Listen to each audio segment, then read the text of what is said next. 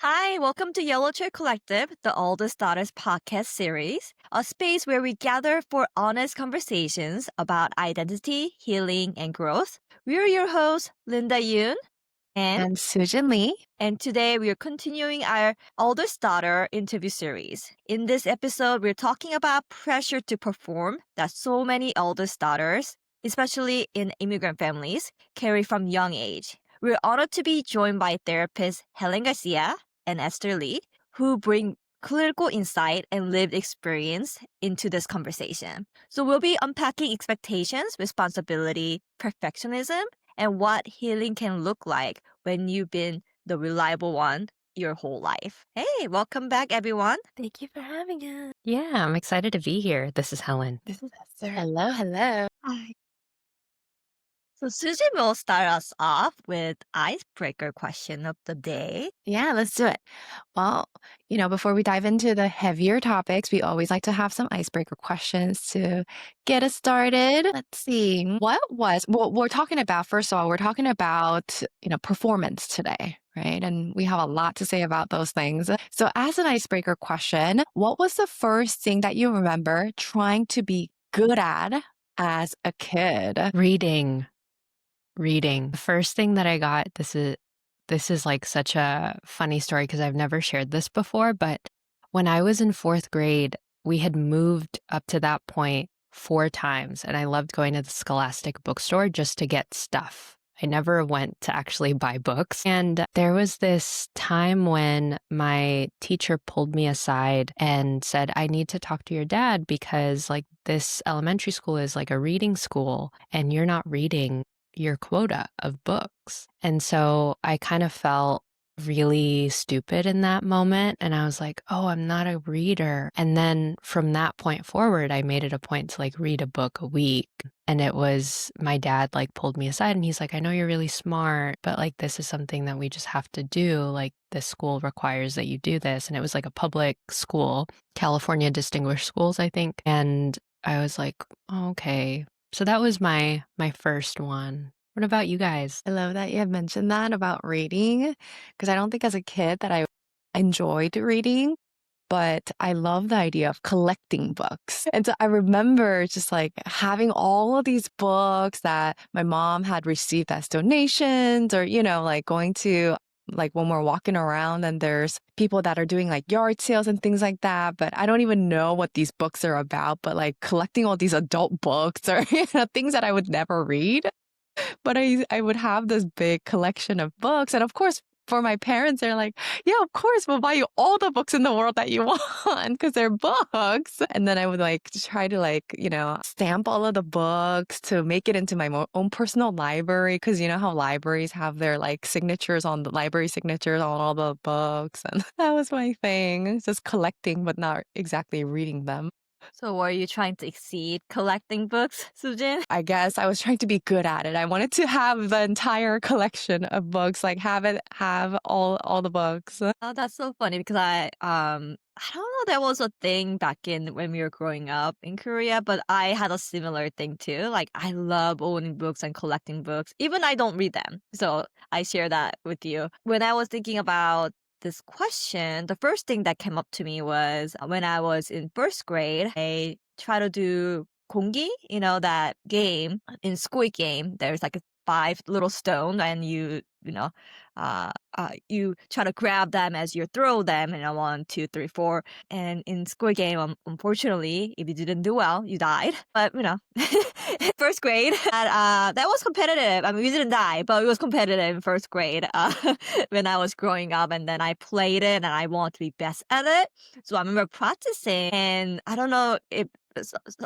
I think some of you were there last time we had our picnic. Somebody brought the kongi, and then I was showing off, and everybody's like, "Wow, Linda, you're so good at it." I'm like, "I still got it." My first grade in me is so proud.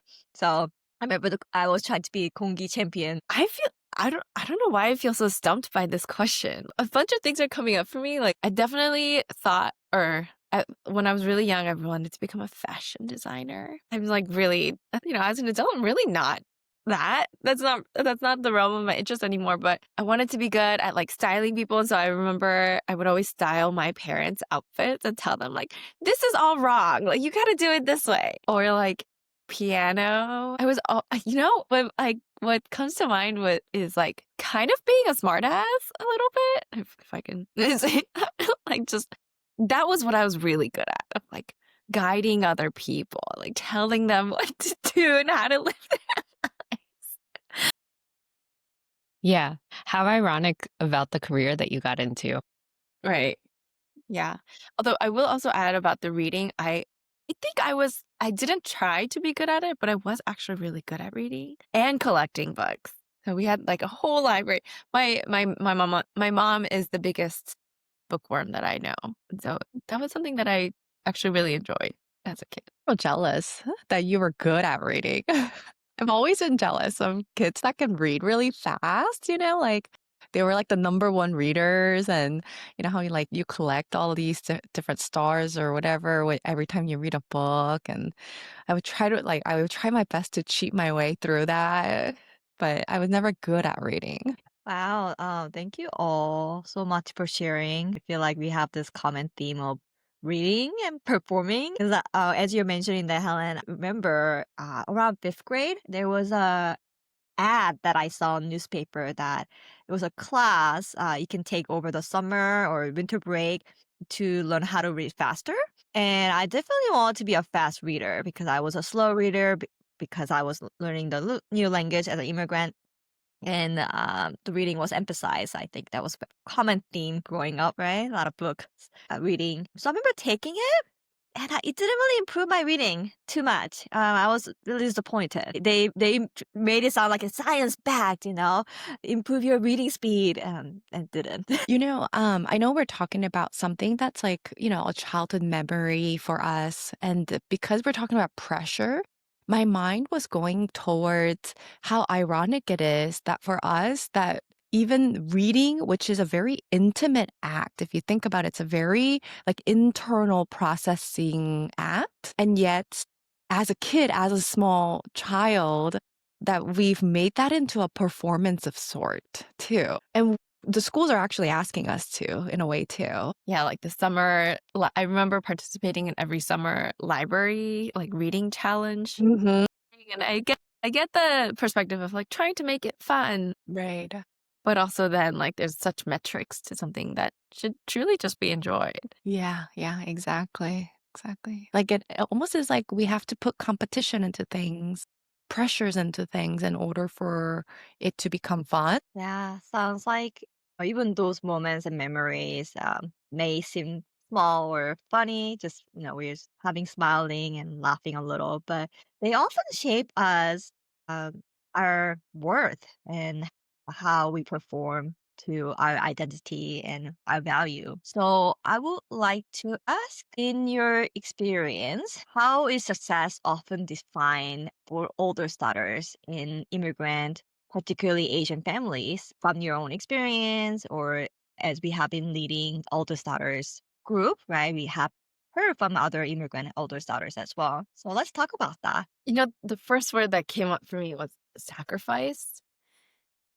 And that even goes for your own personal like career and financial success because you make that money to provide for your family, to make sure that your family has a cushion. And it's like based on how much you're able your product is actually based on how much you're able to give. That hurts. That hurts, but it speaks. Yeah, like one of the things that I remember talking about in Eldest Daughter group is this term that's oftentimes emphasized that love is sacrifice. And one of the challenges that I gave during Eldest Daughter talk was what if love didn't always have to be about sacrifice? Like, why does sacrifice have to be the main discussion when it comes to our relationship with our families? And it brought about so much curiosity for so many folks of like, that's just what is, that's what was, right? So I think from my personal experience, I didn't interpret it at the time as sacrifice, but the thought of what my life would look like, what relationships should look like, what my day to day should look like, all of it did require having to look to what would make other people happy. So I think defining sacrifice as the need to seek other people's approval before myself. And like part of that narrative and how that bleeds into day to day life of who do you need me to be before I even check in with myself. So I think, to Esther's point, like that's such a great insight, got me thinking about that right now. I just had this conversation with a friend of mine who's an oldest, talking about how that her life feels like it has been performance, like the sets of different performance for different people in home, family, even friendships, romantic relationship, at work, school, right? Almost like some, along the way with the family dynamic, sibling dynamic, internalized pressures from the culture too, that she learned that, yeah, love is sacrifice because you love them, and that's also expected of them to do, that they have to perform, they have to give by performing, right? Whether it's money, whether it's like just time, making time when they don't have it, or or service, right? So that was definitely a conversation that we had for a while, and then unpacking that, like performance, sacrifice, love, right? Like family, like it all seem to be tangled up when you're an oldest, and then that to your worth and identity. I'm also thinking about ways how success, the definition of success feels like it's changing for me in my life as I am witnessing and walking through the aging of my parents too. Whereas I remember growing up, like my dad used to tell me, you have to be good at one thing, but if you want to be good at it, I need you to be also be best at it too. Like that is the definition of success, that you become the best at this one thing. He was like, I will support you in whatever you want to do, but you just have to promise me that you're going to be best at it. Right. To him, that was really important because it was also a survival. Like, in order for you to make money from it, to make a living out of it, you have to stand out in some way. And success was defined in that way growing up for me and for my dad too. That's why he taught me in that manner. And as they're aging, and as, they don't have work or career that is defining them anymore, or trying to figure out life that feels more peaceful and stable for whatever their bodily capacities are as they're aging. I think they've also been, grieving certain ideas of what success looks like and coming to terms with like whatever it is their stage is in life too. And it doesn't have to look like a forceful like going towards something that just is not fitting with their life or their lifestyle or what their desires are, because society has told them that that's what it needs to look like at an old age, or what their friends are looking like at their old age. And so I think like they're coming to terms with what success is looking like at that old age. And then that is also making me reflect on it too. Because very often as a society, like I feel like success is also defined in a way where it's a destination to get to. Like we retire in a specific way with wealth, a house, and, the white picket fence, the whole deal, right? And that's success. But however, especially for immigrant families, right? It's like the American dream still lives in us to look for that at retirement. And we work towards that our entire life to get there. But yeah, just looking at my parents and reflecting and talking about life and death and all these existential questions that are coming up for them now, I'm also redefining the way that success can look like on my day to day now instead of like what I'm looking forward to and pressuring myself into for the future. Thank you for sharing that, Susan. It's a little different as you're mentioning your parents. I actually been thinking a lot about my mom, who's an oldest daughter herself, and how her role as an oldest daughter, expectations the family have put her into, and then society, because it's a big thing in Korea. Like K 장녀, we like to say, Korean oldest daughter, um, and she definitely played that role. She had three younger siblings, and what has been a big change in her life is that depression runs in her family. Definitely mental health. That we never talked about, or they knew of, right? They all experienced it, but they didn't have the words or sought out help because that was not a thing back then. Anyways, years of depression and life changes, life struggles that she didn't expect happen. Immigration. My parents, they're separated and all that. So she's at a place that last few years, depression has been ongoing, on and off episodes. Been really difficult for her. She is now seeking, like proper help, but it really changed her personality, how she see herself, even like motivation in life, and it's been really really difficult to witness that. And what I know the family is trying to be understanding, her siblings are trying to understand. However, they're kind of really grieving, and then there's also a little pressure, like tension, because she's not playing the oldest daughter role anymore. Like she can't, right? And then she played it pretty diligently until we immigrated, and then there's also that dynamic of like she left, so the second oldest daughter had to take on the oldest daughter role. But when she came back, they didn't know how bad her depression was, so they expected her to take the role again, right?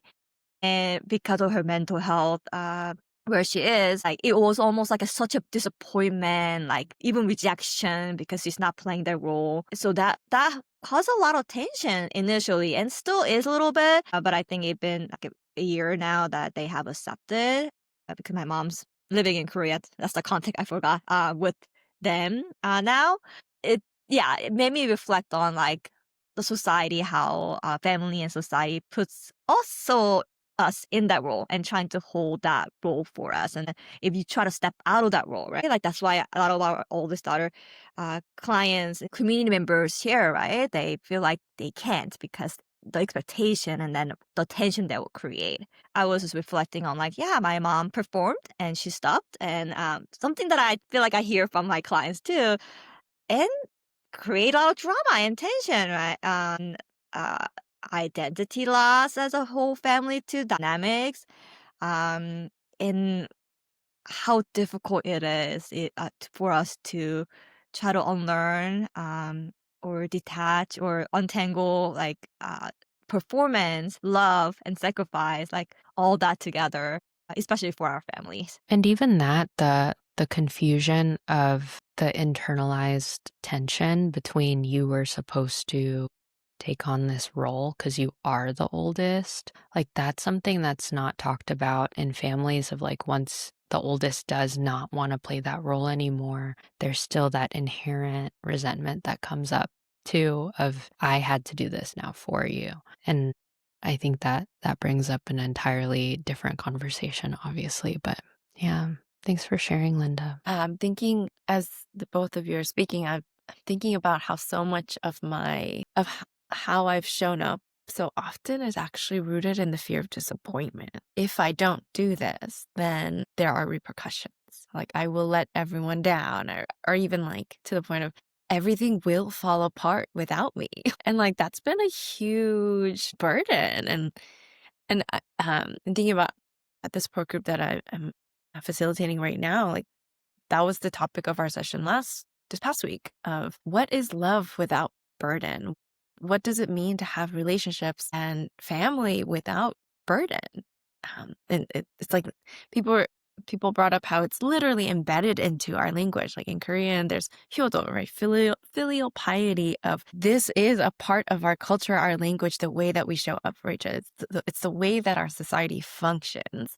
So how do we separate that and think about boundaries as actually a healthy relationship tool rather than something that just pushes people away or blocks them out? We're talking about, like, we started the conversation around like this idea of success and how we're defining sacrifice and love. And so, Esther, I feel like you're getting into this topic of like, so then what happens, right? Like, we're trying to create these boundaries or trying to redefine love or success or redefine our roles in the family, even, right? And shift the dynamics. And yet, there seems to be societal and internal familial expectations and dynamics that if we try to change that, or if we try to change ourselves, not even change any dynamic, but just ourselves, that comes with consequences sometimes, right? And so what happens? What have you seen happening in your family or yourselves, your relationships, if eldest daughters don't meet the expectations that is brought upon us, we try to do something different. Then I go a little bit back to my mom's, and we have conversations around it, and she's okay to sharing. I think it has brought a lot of tension, right? Like she can feel what's expected of her, but she just can't. There's a lot of arguments, a lot of resentment from her family. I mean, my mom's no angel, by the way, though, so she also contributes to this tension. um, and in some ways, I feel like she kind of went back to her teenage self that she never got to live. Like she had this responsibility to take care of three younger siblings. She was the oldest. She was expected to set examples. So I don't think she got to be a teenager like that. Developmentally, we all have to go through that rebellious stage, right? A little bit. And she didn't. She had to be this mature, well-performing model daughter.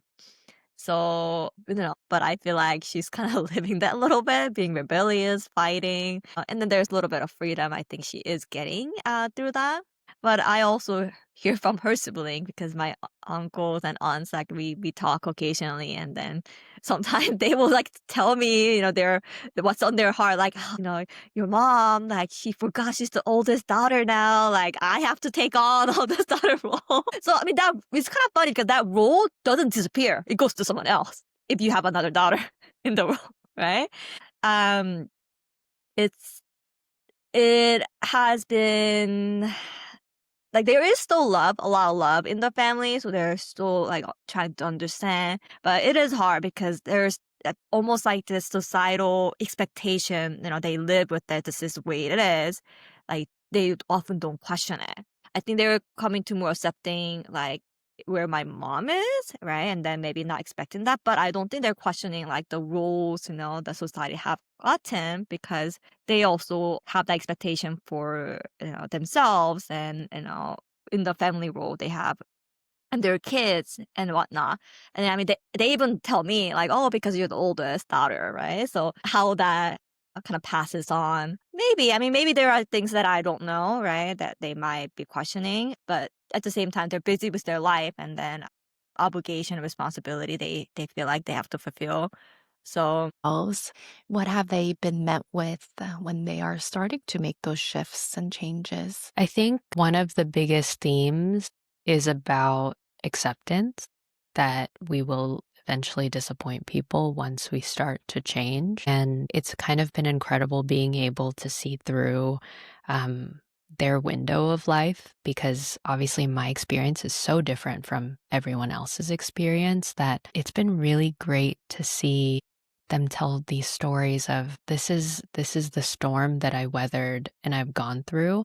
Women who are towards the tail end of that change and women who are just beginning to have that change, and how they're continuing to support one another in that. And the one story that continues to come up is that I experienced tension with this sister for 10 years and we're okay now and we're figuring it out. But it's really hard at the time, and the need for community that comes out of that. So I think the service that we're providing at Eldest Daughter Group is actually really satisfying and really great. Like people have become friends outside of group. Um, that question though that you posed, Sujin, of like, okay, I know what's going on and I know my fear. How do I get out of it? Is kind of this like solution part that continues to come up amongst eldest daughters, of this need for initiative and this need to take charge. So having to pace that change too, of like, it takes time and it's a process. What about for you, Esther? Yeah, I'm thinking about how many people have shared about navigating some level of estrangement that they felt was necessary because of the boundaries that they established, and because they're trying to change the dynamic, change themselves and how they show up. The recipients don't like that. And then it creates real deep ruptures to the point where they either decide to or are continuing to grapple with, how much can I actually stay in relationship with my parents or with my sibling? And it's hard because hearing everyone's stories, there's really no one right answer for everyone. And I think My biggest takeaway from listening to people's stories is allowing room for change, whatever that looks like, right? Whether you decide to begin the estrangement process or just no contact for a while, that is also allowed to change. Nothing has to be so permanent, because I think that's where people get really nervous and anxious and even scared about making such a decision of, well, if I stop talking to them now, does that mean I'll never talk to them again? But relationships are meant to always be weaving in and out in one way or another, and kind of normalizing the evolution of these relationships. Hopefully, with the boundaries, we always say we establish boundaries with the people we want to maintain relationships with. And the hope is that, yes, you establish those boundaries, and it's really hard and scary in the beginning, but it does help make room for healthier dynamics together. The sense of hyper responsibility, right? Because a lot of us grew up feeling responsible for our family's emotions and other people's emotions, the relationships, like all that. Like, I definitely felt like I was the glue to the family for a long time, right? Like, I have a story not story, like a memory stuck in my head in college. I went to college. I'm a freshman in college, trying to get used to college. And I get a call from my sister to stress, my younger sister, like telling conflict with my dad, my parents, they're making her to do something that she doesn't want to. She's just crying for an hour. And I'm like, I calm her down and I end the call, right? And like a minute later, my dad calls complaining about my sister. Like, can you convince her? You need to set her straight. You got, the role model. You got, you go to college. Like all this pressure of like in that same amount of like in the same day, that intense pressure because they were coming with so much emotions, right? And then putting me in the middle, I'm the one who's supposed to be solving this problem. And the funny thing is, even I suggest problem solving, they don't always listen. It's just like, you fix it in our way. Like, so you're put into this role, but also they don't listen to you. How funny that role is. But living with that pressure of like, I'm somehow responsible for my sister and my dad's relationship, my parents' relationship, my sister's feelings, like my parents' feelings, right? Or even like success of the family almost. So when it comes to boundaries and relationship changing, challenging that becomes so hard because internalized hyper responsibility really gets in the way. So I would love to hear more about like, why do we think, or how do hyper responsibility and maybe perfectionism that goes along with it too develop in Eldest Daughters? I would love to hear y'all thoughts. Before we move on to that, Linda, I just want to make a reflection of it's interesting how all four of us have felt this need to take care of other people's emotions, because I'm like, oh, is that how we got here? As licensed therapists, the need to find our own healing and then eventually wanting to help others heal, that's so funny. But in terms of your question about perfectionism, I think that to me, that's a sense of wanting control, right? Like if I have no control of how other people perform in front of me, I can control how I perform. And if things are okay with me, then at least I can control that, But I'd love to hear y'all's thoughts. I'm thinking about my own development of that perfectionism and hyper responsibility. And I know Linda shares, and some of you share a lot about like very explicit ways that responsibility was just put upon you, and how you've been also told that this is your expectations as the eldest daughters or as the oldest sibling, etc. Right? For me, I didn't really have those explicit moments and conversations where my parents were really expecting those things from me. However, my parents really modeled that, like that sense of sacrifice or that sense of hyper responsibility, the perfectionism. And when they were putting all of those pressures on themselves, it really just was the internalized messaging for me that this is how we are supposed to be. This is how we become successful. This is how we become loving.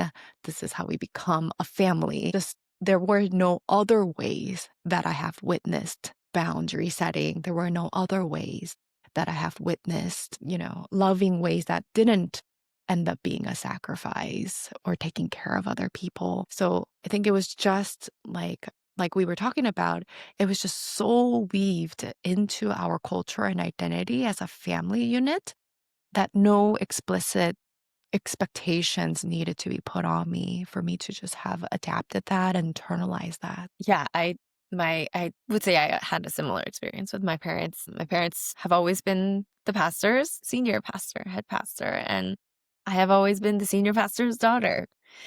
And with that, there was this moment where I was talking to one of our other YCC therapists and a friend who was like, "Wait, Esther, you're an eldest daughter and a pastor's kid?" And I was like, "Yes." And she's like, "Oh my gosh." And that was it. That was the interaction where I was like, "Wow, thank you for seeing me." Because it's all like there really are a lot of parallels in both of those roles. And it truly does feel doubly compounded often because that's always been the standard, not an expectation not just by my parents, but by literally all of the adults in my life, of what it means to be a good daughter, or what it means to everything, to like what kind of school I should go to, or how I should dress, and who I should date, and when I should marry. So, we have all these external messages, internal messages, internalized messages. Our identities are all so tied into why there are so many barriers in overcoming our guilt around setting boundaries and living with changes or accepting change to occur in our lives. And Helen, you have made a really good point too of like letting go of perhaps the control also, right? That those are really hard things for us as eldest daughters. It's as if like everything's going to fall apart if I don't have control, right? And so these are all things that we're struggling with. I'm curious, moving into the realm of healing as therapists and as you all are running the groups. So, how are we to carry all of these without guilt? Or how are we to be able to carry it with guilt, even, right? And still proceed with the changes that we want to be making? How do we heal? How do we begin? Where do we begin? I think it's important to define what guilt is.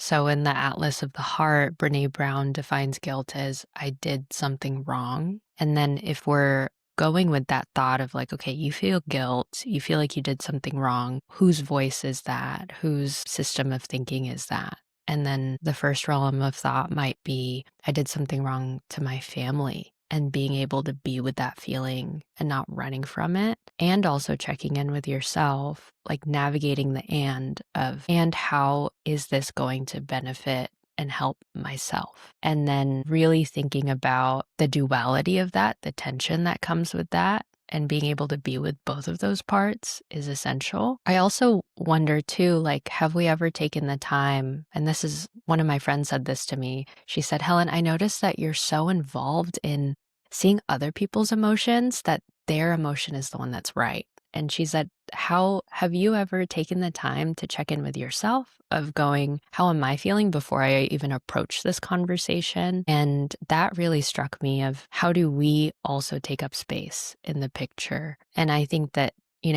I go back to the book I'm reading now. I think I told you about this, Sujin. I'm reading The Gift of Therapy again by Irvin Yalom. And he says that healing is a lifelong process, that oftentimes therapy has become so and watered down that we expect quick fixes. And family is not a quick fix. Identity is not a quick fix, and it's ever evolving. And so hopefully being able to carry that with community is an important point of reflection. Who do you trust that won't judge you, that can be there for you? So that's what I would say. I'm also thinking about that definition of I did a bad thing. And then the juxtaposition of shame, I am a bad person.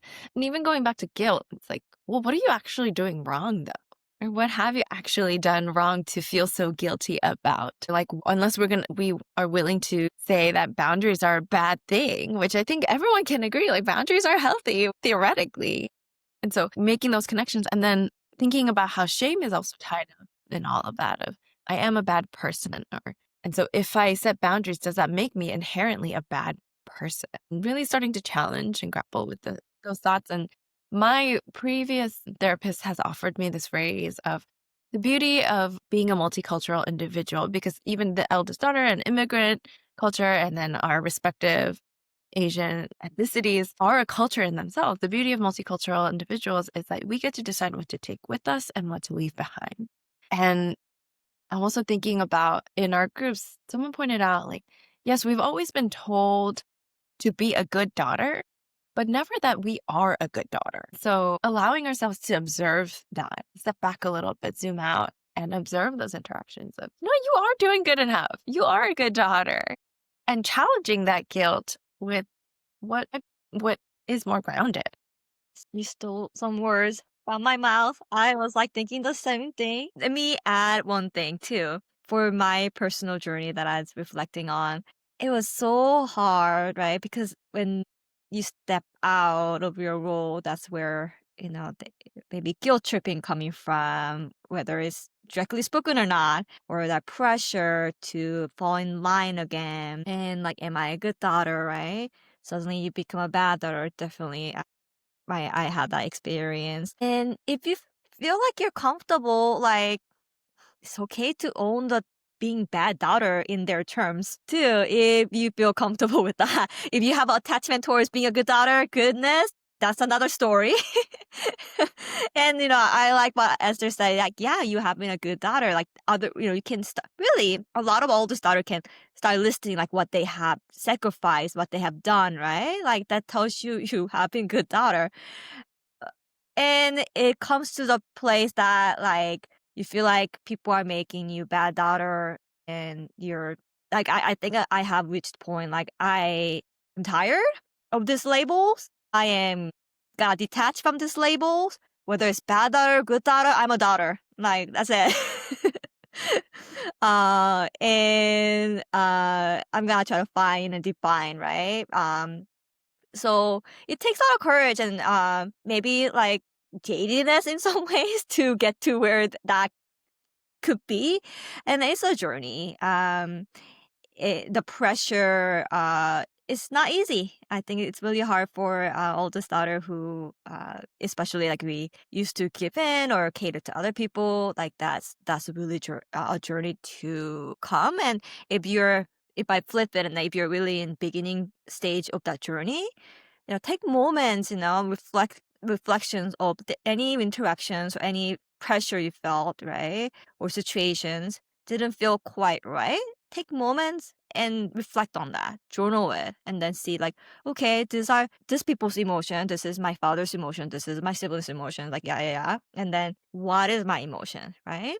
Sometimes we have to try to get to the layers of it to see our emotions because we bury it so much. We're used to that.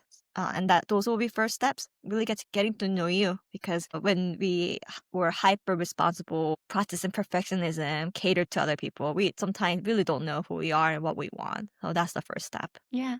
So, what I'm hearing from all of you, I mean, this is something that I've really been embracing so much, and so much of my work right now has been like building context. Right? All of you are talking about like, where is this coming from? Who is voice is this? What are my emotions? Like, these are all ways that we're questioning the context in which our sense of belonging is attached to.